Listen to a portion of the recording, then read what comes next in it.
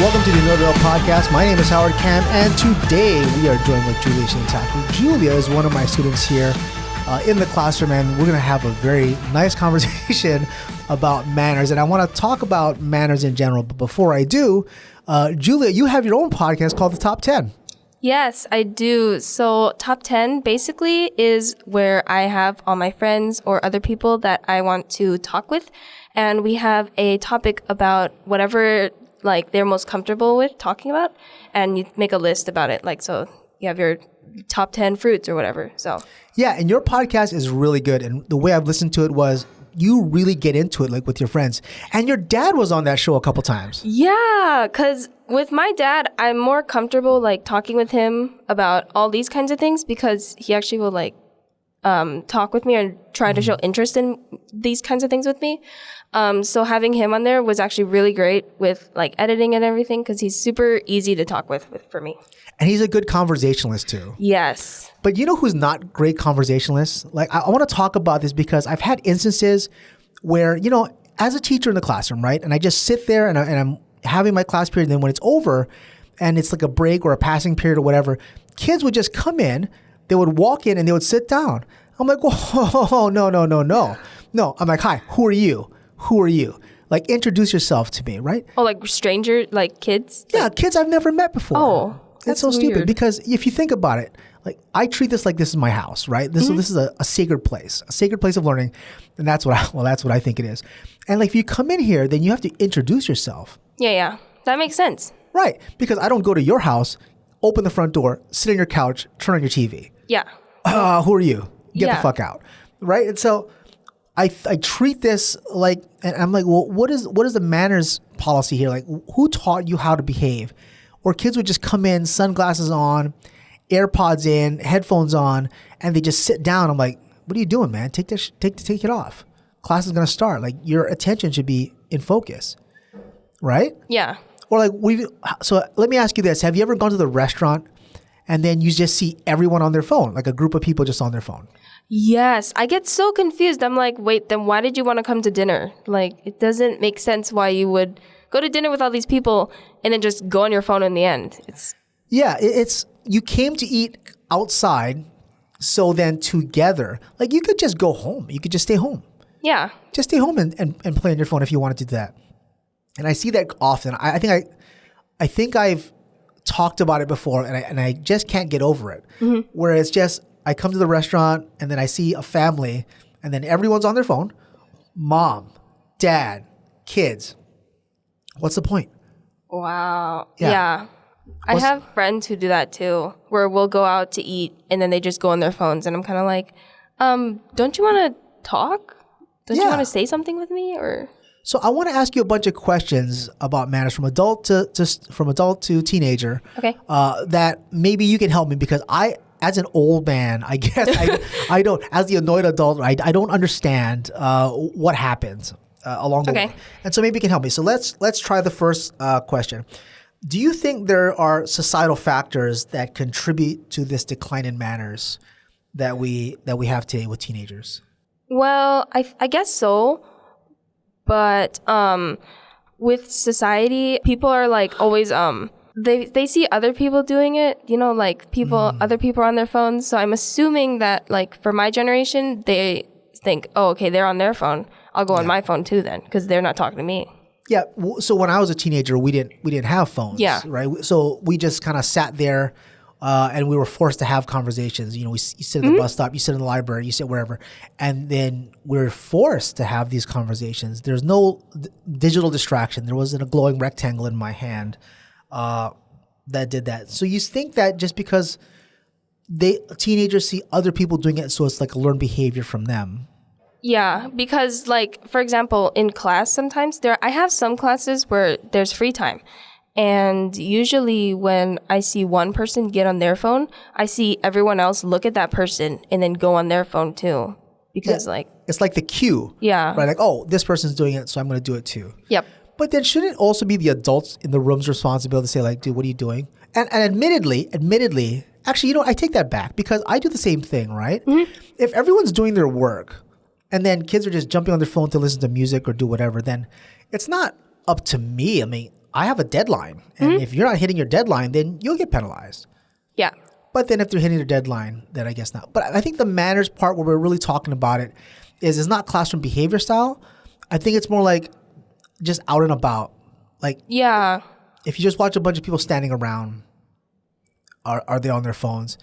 I mean, why aren't you talking? I guess. And conversation just kind of gets killed, right? Yep. Yeah. So that leads into my second question then. How do you think technology and social media is an influence development of the lack thereof? So social media, let's talk about it. Let's talk about social media and how it relates to manners. What do you feel? Because I have this very polarized view of social media. So actually, the thing that most people find interesting about me as a teenager is that I actually have never had Instagram on my phone ever. So I can't truly understand people who do have Instagram, like how they feel. But having like TikTok and like Pinterest and all those things, I can see that like online when you're making comments, you can say like whatever you want. And that's probably why manners have been like declining. Yeah, there's no filter. Yeah. I think the videos that I see that really annoy me the most are the ones where the person in the video is purposefully trying to be an asshole to somebody else to get a reaction. What do they call it? Just reaction videos, I guess? I think so. Yeah, I don't like those. I hate them. Like they purposefully go out of their way to bother somebody to film their reaction. Right? Oh, there's a story. I think it was in Pennsylvania or some mainland state where a guy got shot. So this asshole influencer, I'm going to just use air quotes around the word influencer. And so this YouTube, TikTok guy or whatever was purposely harassing a guy. And this guy, the host of the show, was a big guy, like 6 something. And he's purposely picking on somebody smaller and like getting in his face. And this guy just has enough, takes out a gun and then shoots him in the stomach. I mean, I can see that guy's point of view, like to do that, but still, that's kind of. Yeah, and he deserved. From a personal point of view, I think he deserved to get shot, and he recovered in the hospital. But the sad part is, I watched the video of him in the hospital, and he said, "I'm not going to stop." Like, Jesus Christ, you got shot by somebody, and you're not going to stop. You would think that's the point where you're kind of like, okay, maybe I shouldn't do this. Yeah. So why would you keep going? Like, then would people still want to watch your content after seeing that you annoyed someone so much that they shot you? Like, would you continue watching that person? But I think it is because we have this younger generation who thinks, oh my God, reactions, right? And they want to do that. For example, here at this school that we're at, there was a kid. I remember in the A building hallway, there was a kid lying down on the floor and just pretending like he was hurt or sleeping on the floor. And his friends were filming him. And then they were saying stupid things like, oh my God, oh, he's hurt. And so while everyone's filming him, I walked down the hallway and I'm like, I stuck out my hand and go, here, get up. Are you hurt? He goes, no, we're just filming a video. I'm like, can I come up? Give me your hand. So I grabbed his hand and I picked him up and I said, I just want you to remember that as you're acting like a fool on the ground, your friends are filming you. And it was a teacher that helped you up, not your friends. So this person's laying on the ground. I helped him up. His friends are just filming him. Like, for what? Why are you filming him? Why are you being disruptive, laying in the middle of the hallway? Like, there's no courtesy. And that courtesy is part of the whole manner system, right? He doesn't imagine that there's other people in the hall trying to walk by. People want to go to class. Yeah, no respect for the other people trying to get by. Yeah. And so I picked him up off the ground. Do you feel then that in this society, based on this social media culture, that teenagers, even like young kids, like elementary school, intermediate school, they're watching these videos and like, oh, that's the way to behave. That's how I get clout. That's how I make money. That's how I become famous. Well, first of all, I can't even believe that parents are letting like elementary school kids have like the access to like social media in the first place. Like, that already blows my mind. And then the fact that they're taking interest in these kinds of things it's kind of heartbreaking even more. Yeah. Because I have a younger cousin who's 6 years old, and he's been like watching YouTube all day, and the things that he sees on there, I get worried because they're like dumb. They're dumb things that he's watching, and I'm afraid he's gonna get like, you know, influenced by it. So I'm like, he's not watching simple videos like how to draw Pokemon. no. He's watching stupid videos. Yes. Jesus. Like I worry too, like, cause my daughter uses YouTube to learn how to draw Pokemon characters. And I sit on the couch because I want to make sure that the next video that pops up is okay. Yeah. And you know, even that, like that sidebar of videos, of recommendations, I want to make sure that they're all good. Because at any moment, and I'm so fearful, like at any moment, some stupid video is going to pop up and she's going to go, hey, Dad, I watched the guy punch another guy in the face and everyone was laughing. Like, that's not funny. No, yeah, it isn't. Like those like videos where people do the fails or whatever, that's not funny. That's just hurtful. Like it looks like it hurts. Not It does. funny. Like, or when people fall and they hurt themselves and they bust their teeth out, I'm like, that's a huge dentist bill, right? That is ridiculous. So let's talk about this. My next question then. Are parents, schools, or media more responsible for teaching manners to teenagers? So I'll read that one more time and I'll give you a moment to think about that. Are parents, schools, or media more responsible for teaching manners to teenagers? Well, I think they should be, because like these people are the main things that influence my generation, right? Like, I mean, I know most of it is from friends, but if it originally starts with like a parent or school, then it would probably be better to kind of keep that going.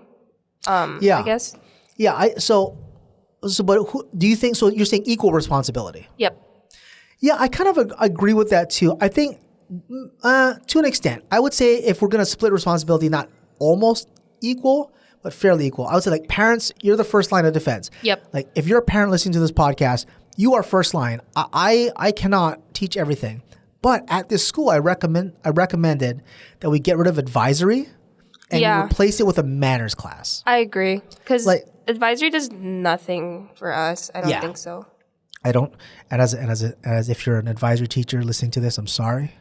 Advisory is not great, but no, I think at the freshman level and like every month there should be some kind of manners lesson, like how to behave when you go into the classroom, how to say hello, how to say goodbye, how to say excuse me when you've been bumped or something, how to practice maybe a little stoicism, how to eat your feelings a little bit and think about somebody else and how they might feel, right? How to, and simple things. Like I've done simple things like how to like clean your shoes, how to tie a tie, how to iron your clothes, right?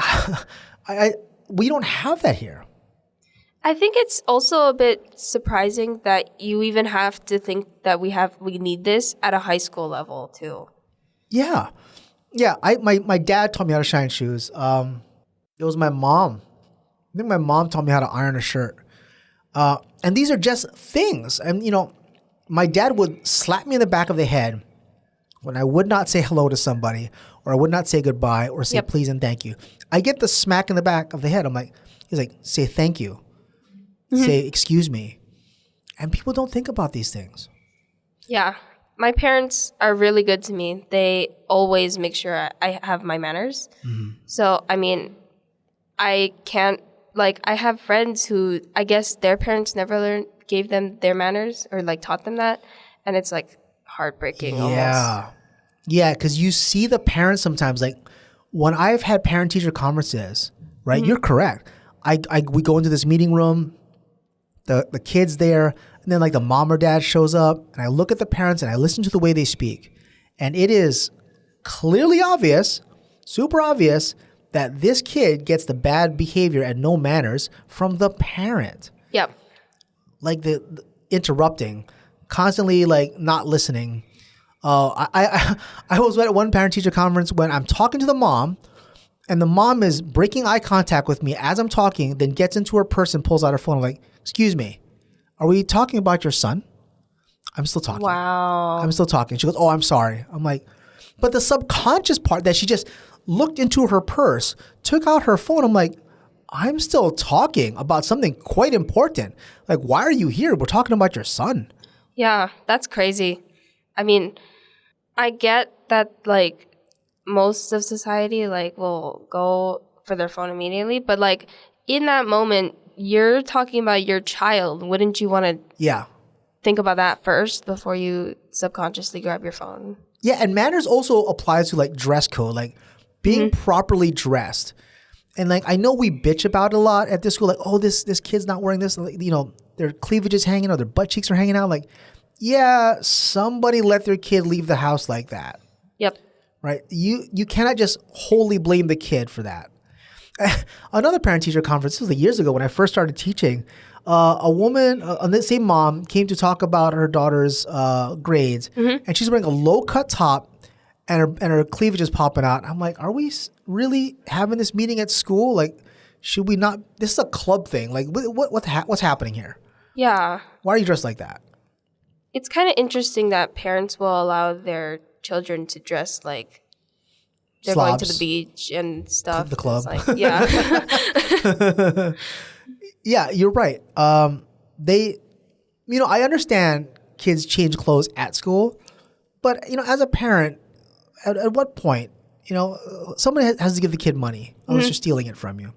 So between teachers, and between media, you're saying equal responsibility. Well, now that you put it that way, I think parents should definitely have most of their responsibility, and then it should be like schooling and then social media. Yeah. So like for example, let's harp on social media for a bit. I don't see any social media channels where we're talking about manners. I have seen social media channels where they're teaching men how to dress, like professionally. Like, if you buy these blazers and slacks, and here's how you tie your tie. I've seen that. But we need more social media channels like that. There's a YouTube video. It's an older man, and he teaches young men how to tie ties and do that, because this is a good story. He's never had a father growing up. Oh. So he started his YouTube channel about how to be a dad. And so he's being the dad to these kids. And his channel, I don't know what his channel is, but he like teaches kids how to shave on YouTube and how to do all these things, because some kids don't have dads. Yeah, that's good. That's a good thing, I think, personally. I agree that more channels should have that kind of mannerism to teach, like especially for girls too, I think, as well.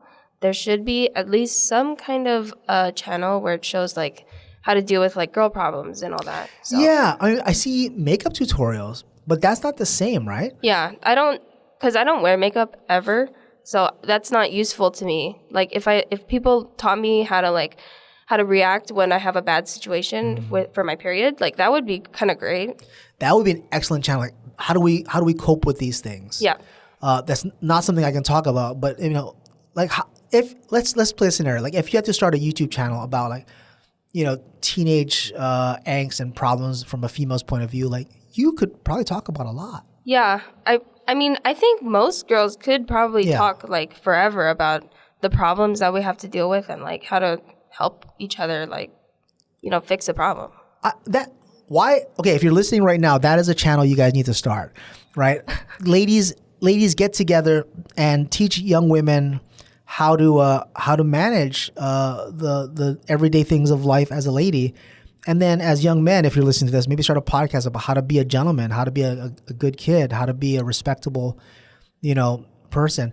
And so I see like a lot of the guys at the school, the young teenage kids, and they say some shit.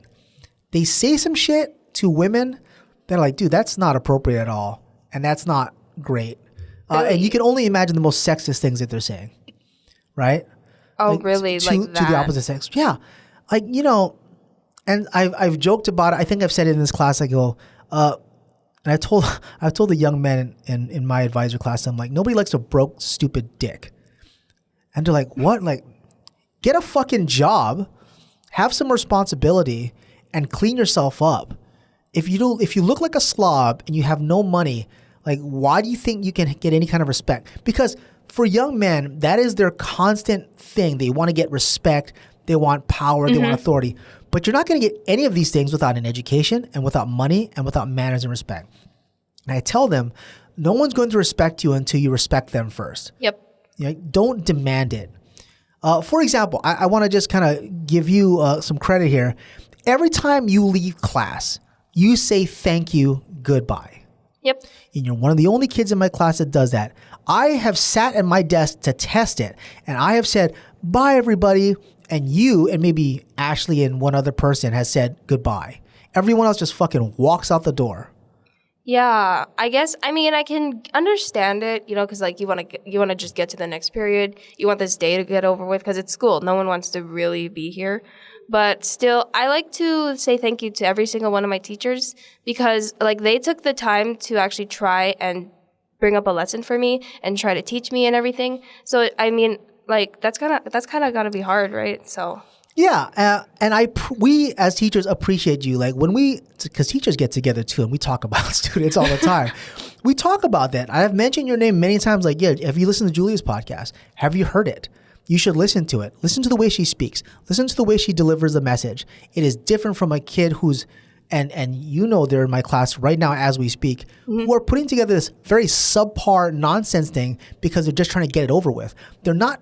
The purpose of this, and for those that don't know or don't remember, I do teach podcasting in a higher level class because I want to make sure that the students are not only smart, but they can articulate their message as well. Yep.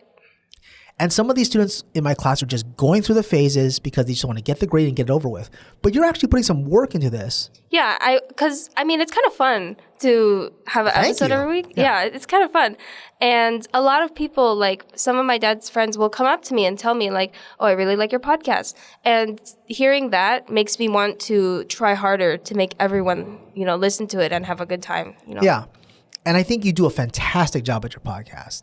Thank you. I've shared it out. State level, by the way, I've shared that out. I said, you need to listen to this. Is that why? Because I have like some people from out of state listening to my podcast. Like I have a guy from Australia listening. Nice. Yeah. Yeah, I've sent it out to the DOE and I said, you need to listen to this. Listen to the way she speaks. Listen to her delivery, right? Because for those that don't know you, and I've known you now for 3 years, you're not a talkative person in class. Yeah. That's not your jam. No. And that's fine. But you're not ill-willed. You're not ill-mannered. You don't cause a havoc. But you do what you have to do. But on the mic, you're fantastic. Fantastic. Let us go now to our next question. Do you think that there's cultural differences when we talk about manners? In a way, there is. Not to be like racist or anything, but like I feel that more Asians will have more like an understanding of how to be respectful. Well, I want to round that off too because being Chinese, I think my people are terrible at manners. But I feel that Japanese people by far are the most well-mannered folks. And the reason I bash my own people is because I've seen the way they act in public and it's terrible. Yeah. In the hotel industry, I've learned there's something called the Chinese cut. Do you know what that is? No. It's because Chinese people don't stand in line; they just cut. Oh, I see. Yeah. Okay. But how do you feel about different cultures? I'm sorry to cut you off on that. I apologize. Being Chinese, I also apologize. Yeah. Well, I'm only going to talk about my races, which I'm Japanese and white. So honestly, seeing like lots of white people, they always just kind of do whatever they want to do with no regard for others around them. Like, for example, last year I saw these 2 freshmen and there was a chicken up in the tree down over there. And they were down on the courtyard, like in the front of the school. Like in the front of the auditorium, there's that tree with all like the nuts hanging out. Gotcha. Yeah, there was a chicken on top of a tree branch. And these kids tried to grab this huge rock and throw it up at that chicken while there's other people around them. Like they didn't care about all the other people around them. They were just trying to throw it. And I was kind of like gonna stop them. I was kind of like, oh, what are you doing? Why are you trying to do that? Yeah, absolutely no thought to other people. Yep. Just unbelievable. And I think when we think about manners, I think we can be taught a lot from different cultures. Yep. Of how to behave. Like, why should we do this? It is, for example, I love the Japanese culture because, like, even on the escalator, the freaking escalator, everyone stands to one side. Yep. And the reason you do that is because if you want to go faster, you go to the other side and walk up. Yep. People think about other people. Like, on the train, this was a YouTube video I saw where on the trains, tourists were behaving really stupidly on a Japanese train. And for those that don't know, and maybe you probably know, on a Japanese train, you shut up, you put your headphones in, you don't talk on the phone. It is a quiet thing. And the reason it's quiet is so you don't disturb others. Yep. But then these assholes like hanging on the bars and being stupid. And Japanese people on the video got off at the next stop. It's not even their stop. They got off because they didn't want to deal with it. Wow. Like a tourist behaving badly. Yeah. And it's terrible. I think we could learn a lot from cultures. I think your culture, the Japanese culture, is terrific at manners, and I think we need to be taught. Well, yeah. I don't remember if it's Korean or Japanese, but one of them, they actually take the first 2 years before school to teach manners before you even start learning education. Wow. Yeah. No, yeah, we need to do that here too. We absolutely do need to do that here. Let's round down the last question. Okay. And so the last question before we close out the show is, what are some common misconceptions about teenage manners and how can we address them? So one more time, what are some common misconceptions about teenage manners and how can we address them? Misconceptions? Like, what do you mean? Like from a teenager's point of view, do you think some teenagers are misunderstood? To a degree, there can be some like situations where it's misunderstood. Like, for example, like if they have AirPods in and they kind of just walk out of the classroom, like some teachers might think like, oh, that's disrespectful. But it's probably just because they're too focused on their music. So like, I don't think it's like being disrespectful. Yeah. It's just they're focused on their own thing and they're just going with the flow. You know, I can understand that. Like you have hair that covers your ears, so I can't tell. Yeah. If someone's wearing AirPods or not. But to be fair, I think those should come off as you enter the classroom so you can get the gist of the lesson. But no, if there's like work time, there's break time, I understand that too. I think even from an annoyed adult perspective that we sometimes as an older person forget that we were once a teenager. I mean, we had our own issues, but I think it's because we grew up differently. And we had to navigate it that way. There was no cell phones. And I think in your generation, I feel the misconception is that teenagers are in part rude, it's grand total rude. But I don't think that's true. I think there are more teenagers now that are rude, but there are bright spots, yourself included, Ashley out there, and a bunch of other students we have. There are some bright spots where I think you guys should probably start a class and then teach others. I mean, I wouldn't mind trying, but I also don't want to try at all because there's some people who you just can't change. Like for the rudeness, they're just so dead set on how their way of life is that you just can't change them. Yeah, because they probably think, oh, I have some cool behavior. Or people like it. People like it when I be rude. And their parents, so going back to the parents don't care, or the people who care for them don't care. And then I think what it is I remember when I used to speak Pidgin. And for those that don't know, Pidgin is a Hawaiian Creole dialect. And I used to speak Pidgin. And Pidgin, it was like I had a heavy Pidgin inflection in my voice. But then I started, around 13, 14, I started talking like this. And if I call anybody on the phone, they'll never expect I'm from Hawaii. They'll think I'm white because of the way I speak. And I get a lot of this, like, oh, where are you from the mainland? I'm like, I'm not from the mainland. I was born and raised here. I'm like, where? It's like, well, I spent a lot of time in Waianae. I'm like, what? On the far west side? I'm like, yeah, Waianae. Like, you don't talk like you're from there. I'm like, I don't. And I remember when I started speaking like this, I got a lot of shit from the people I used to hang out with. Really? Because I was called sellout. I was called all these things. So I think the misconception with the manners part is if you start to change and you start to have manners, and then I think for a teenager, their friends might think, well, you're a fucking sellout. Why are you acting like you're white? Why are you acting like you're an adult? You know, why are you acting like that? But this is the best polite way to act. I get more done being polite. Yep. Don't you? Mm-hmm. Right? I feel like people will respect me more if I'm more polite to them. That's why I like to be as respectful as I can to like my teachers, as well as like aunties, uncles, like anyone. Mm-hmm. I will try my hardest to be like a good. Yeah, and as a teacher, person. I will give you just about anything if you are polite. Yep. I need more time. And you know my policy on late work, I hate it. I'm like 0 late work. But if a kid's playing and goes, hey, you know what? I really had a rough week. I'm trying with this and I'd like an extension. I'm like, sure. No second thoughts. But if it's a in-play kid, I'm like, no, not at all. Yeah. Like that's just the way I play the game. Julia, I want to thank you very much for being part of the show today. Yeah, thank you so much for having me. This was so much fun. This is our first time podcasting together. Yeah. Yeah, you're a great co-host. I want to thank all of our listeners for listening to the show too. And don't forget to check out Julia's podcast on Spotify, The Top 10 with Julia Shintaku.